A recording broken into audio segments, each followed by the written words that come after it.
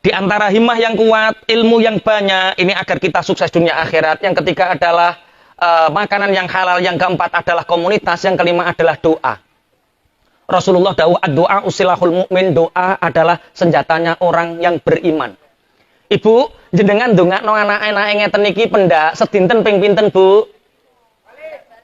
Bolak-balik ping pinten? Ping gangsal.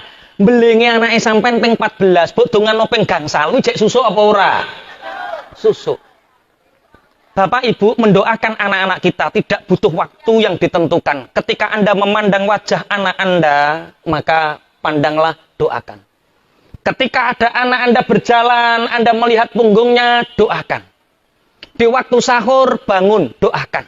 Jangan batasi waktu untuk mendoakan anak. Karena 1000 wali yang Anda datangkan mendoakan anak, itu tidak akan pernah semustajab dongane ibu namung setunggal.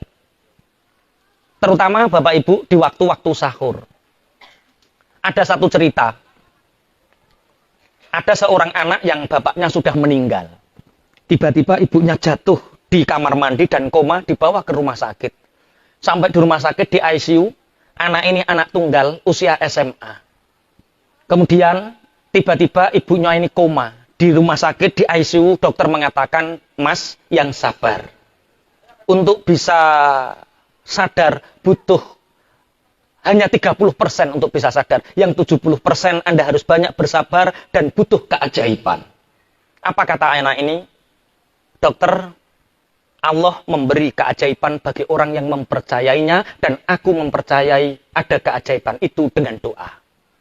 Akhirnya anak ini keluar, menelpon beberapa kerabatnya, memberi kabar dan minta doa. Minta doa, minta doa, minta doa.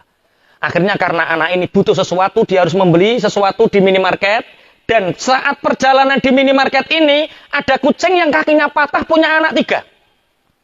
Kelihatannya kucing ini sangat lapar, sangat haus, sehingga anak ini membeli kebutuhan kucing ini. Makanan kucing dibeli, kemudian dikasih makan kucing ini. Lari dia ke rumah sakit. Dilihat di ICU, ternyata ibunya tidak ada. Dia panik ke sana kemari mencari, akhirnya dia bertanya kepada yang bertugas di situ, "Ibu saya kemana? Ibu saya kemana?" Karena dokter tadi mengatakan harapan untuk sembuh hanya 30%. "Pak, Mas, ibu sampeyan sakniki sudah dipindah kamar. Di mana dicari? Ternyata betul, ibunya sadar." Dokter mengatakan, "Mas, ini keajaiban." "Iya dokter, alhamdulillah Allah memberi keajaiban bagi orang yang mempercayainya." Akhirnya anak ini ngobrol sama ibunya, "Bu, bagaimana ibu bisa sadar? Sedangkan dokter mengatakan 70% ibu tidak bisa sadar."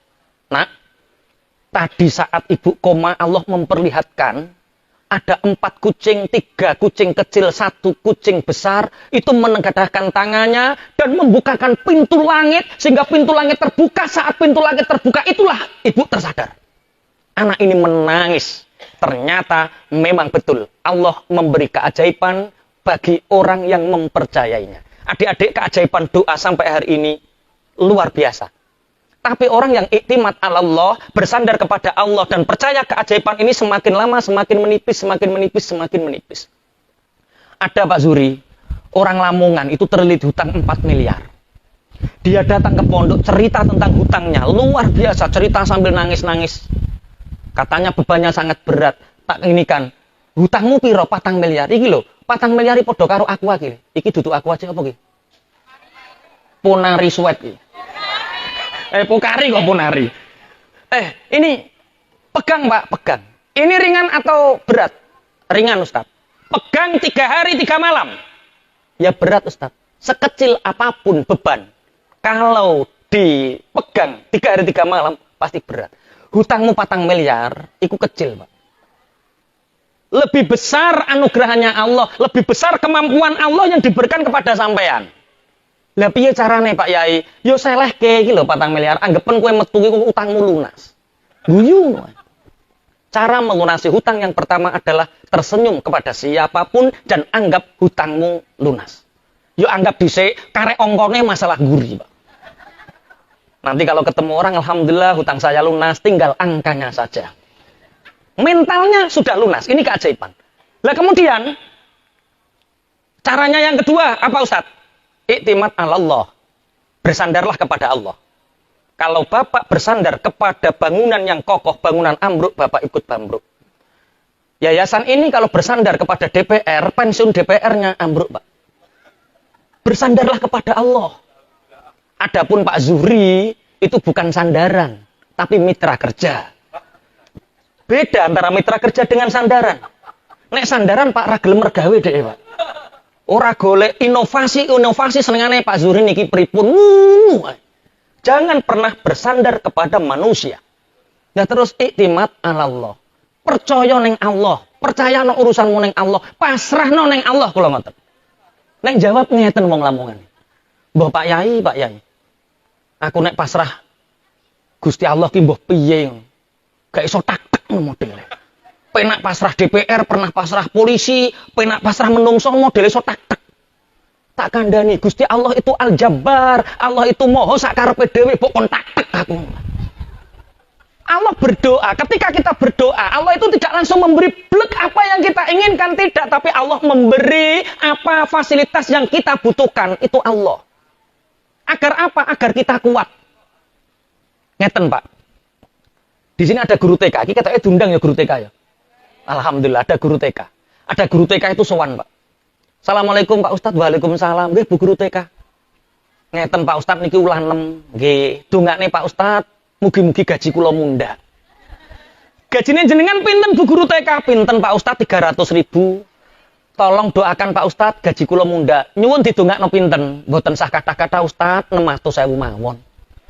Muga-muga yayasan niku mangke legowo ngekeki gaji 600. Bu, njaluk donga Ustadz kok mau 600.000. Lah pinten Ustadz? 3 juta sekalian.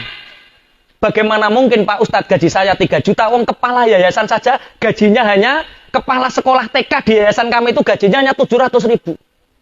Jadi Pak Ustadz tidak ada yang tidak mungkin bagi Allah. Idza qadha amran fa innama yaqulu lahu kun fayakun. Pasrahkan kepada Allah, berdoa kepada Allah. Kalau Allah sudah kun fayakun, terjadilah. Lah pripun Pak Ustadz? Mandi Bu, tengah malam, jam 2:30 mandi tobat, adus tobat. Setelah adus tobat, sholat tahajud, sholat sunat mutlak, terus sholat hajat.